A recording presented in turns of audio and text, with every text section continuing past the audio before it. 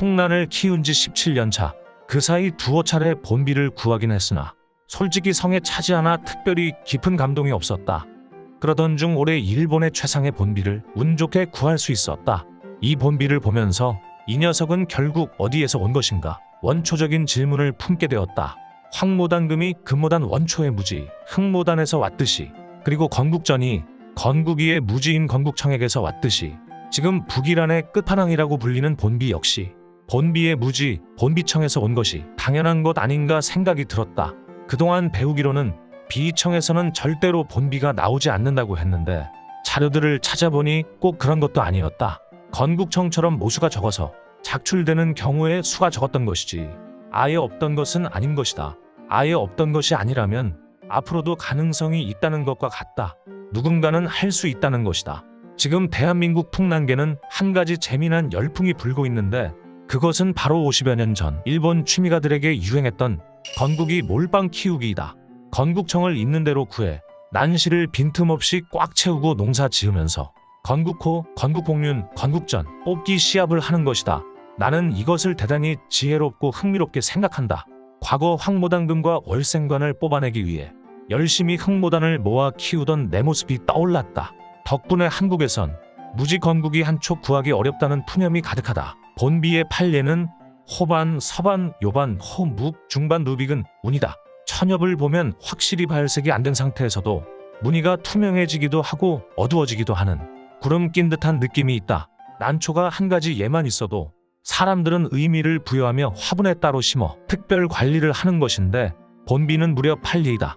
논리적으로, 이론적으로, 확률적으로 지구상에 존재하면 안 되는 그런 영물인 것이다. 그런데 그 영물이 살아남고 종족을 번식하려면 그 영물을 키워줄 가족 내 희생양, 일꾼, 머슴이 필요할 것이다. 본비는 종족을 이어가기 위한 방법으로 무지를 생산하는 전략을 선택했다. 세월이 흘러 본비에서 생산된 무지들이 무지 많이 늘어났을 것이다. 사람들은 무지라는 이유로 업신여기고 방치했을 것인데 우리가 본비를 많이 갖기 위해선 본비를 많이 알아야 한다. 많이 알아야 많이 보이게 되고 많이 보여야 기회가 많아진다. 아는 만큼 지혜롭게 목적물을 갖게 되는 것이다.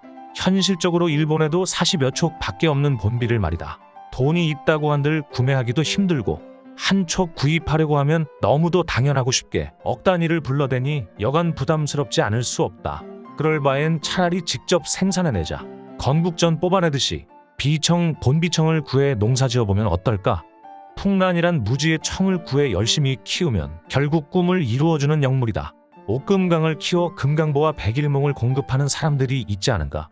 황모단금, 월생관, 흑모단호를 만들기 위해 흑모단을 키웠듯이 건국전을 뽑아내기 위해 건국이를 키우듯이 이제는 최종 목표점인 본비를 뽑아내기 위해 본비청, 비청, 본비무지를 난대에 빼곡히 채워 키워야 한다.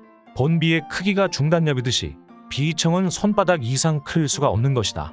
비청이 손바닥보다 크다면 그것은 건국무지 혹은 건국이 출신으로 의심해 보아야 한다.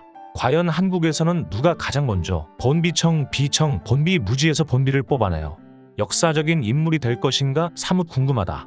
비청을 구해 눈을 감고 원하는 것이 이루어진 것을 머릿속에서 상상해보라. 북이라는 일반인들이 말하는 말도 안 되는 허구를 재배자들에겐 실제 현실로 만들어주는 기적의 영물이니까.